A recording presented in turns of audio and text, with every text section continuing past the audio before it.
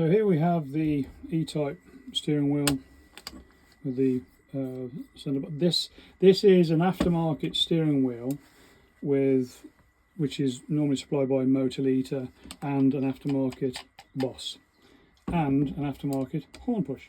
I'm just going to show you now how this comes apart off the car because it's a little bit easier.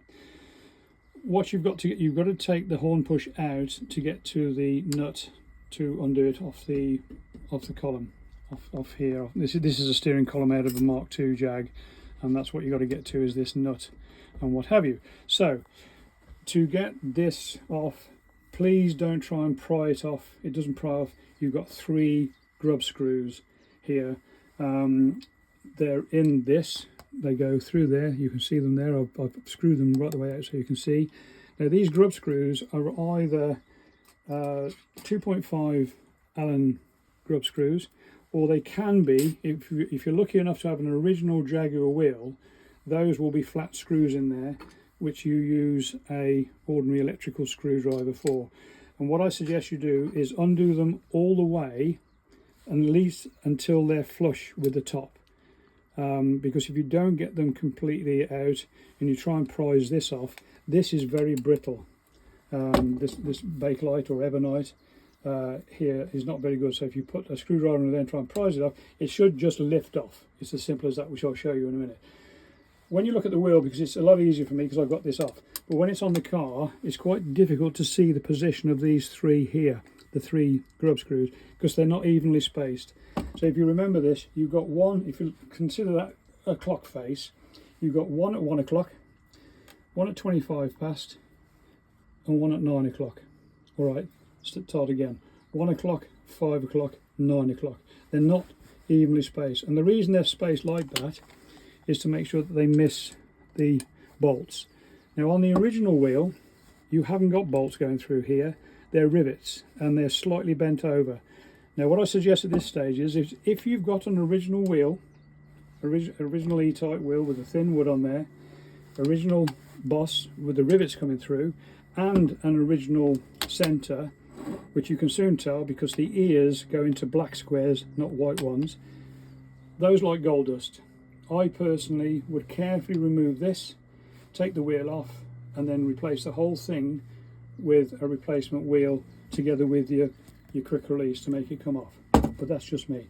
So what I'll do now, just undo these. So this is a 2.5 Allen key, and I think I've only done one up for demonstration purposes. Right, wrong again, so out.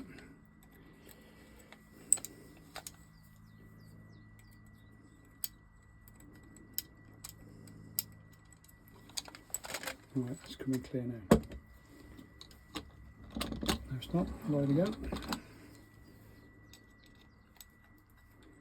I've put extra long ones in here just for demonstration purposes anyway. But like I say, unless you can lift it out as easy as that, do not prise it.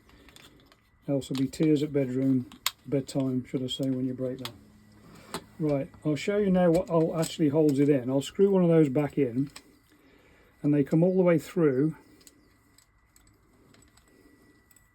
into the hub there. You can just about see them coming through, and they've got a point on them, and that point locates under that bell, so it catches under there. So unless you've got all 3 completely clear, that isn't going to let go. So just make sure you pull them all the way out. Sorry to go on about it, but there we go. Right, now then, this is a 3mm Allen key. And like I say, if you've got the riveted one and you want to use the original wheel, you can do. And what I normally do is cut off the bent over part of the rivet on the back of the hub, because the object of the exercise is to get this separate off the wheel, because we need to mount the wheel onto the quick release. What you need is, on this particular setup, is an 8mm ring spanner, and like I said, a 3mm Allen key, just to remove that and go from there. The thing about the E-type, it is the only wheel that I'm aware of that has this bolt spacing, where you've got bolts top dead centre, bottom dead centre, these 2 here, and these at a slightly different diameter. So the quick release that we know the manufacturer, the locking quick release, has got that spacing.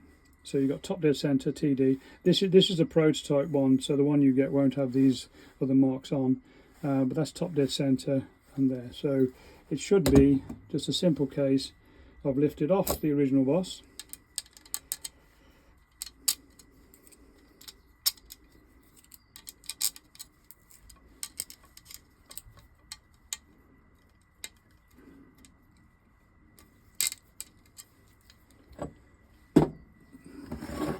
and drop it straight onto your glorious new quick release.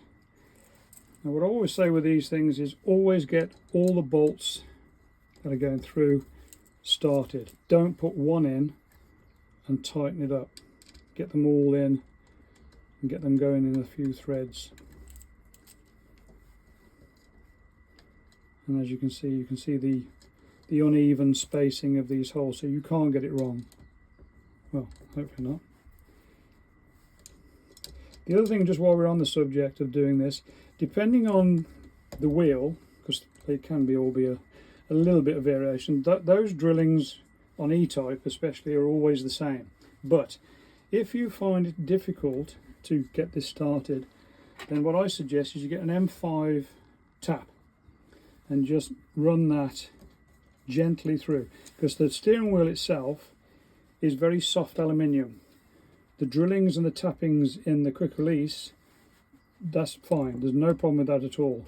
But if you have any problem, then if you just run a tap in there just to clear what might be, when these wheels are countersunk, sometimes you get a bit of burr inside the wheel, not the quick release.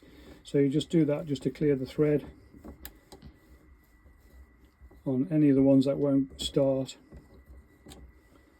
and then that should go straight in.